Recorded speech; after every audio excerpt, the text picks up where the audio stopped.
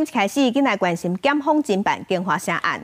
台北地方法院裁定将台北市长郭文哲无保请回，北检伫昨提出控告了后，高院是认定讲郭文哲有积极介入金华城案，所以伫昨昏撤销原裁定，发回台北地方法院。也让台北地方法院伫明暝9点半要开庭。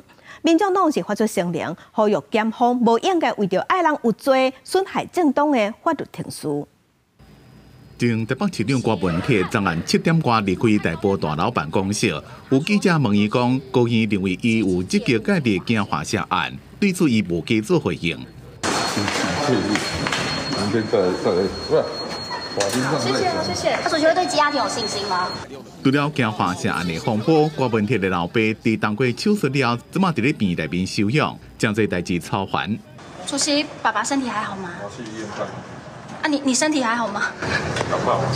郭文哲本来被声押，北院裁定无保请回，北检提控告，高院发回警裁，并且定伫今仔早起9点半开庭，先处理庭事事项了，早起就会开审案庭。即马有媒体报道，郭文哲第一任市长期间，迄当阵的督法局长林周明，包括了便提醒讲，若将议员应晓被即阵放水用者，市政府可能有道理的法律责任。处理 金华城的容积率的时候，当然我们必须也应该定时和市长报告。那我当时处理的方式是，除了晨会报告，也以文字方式的备忘录上呈市长室。警察官也表讲，2020年4月，郭文哲把甲金华城用这相关的文件转交给平正新，一个老便签，并头写伊的结论是啥？原则真简单，公务员卖坐假，互人怀疑是真的也假。这个辩解是真的还是假的？从哪里来的？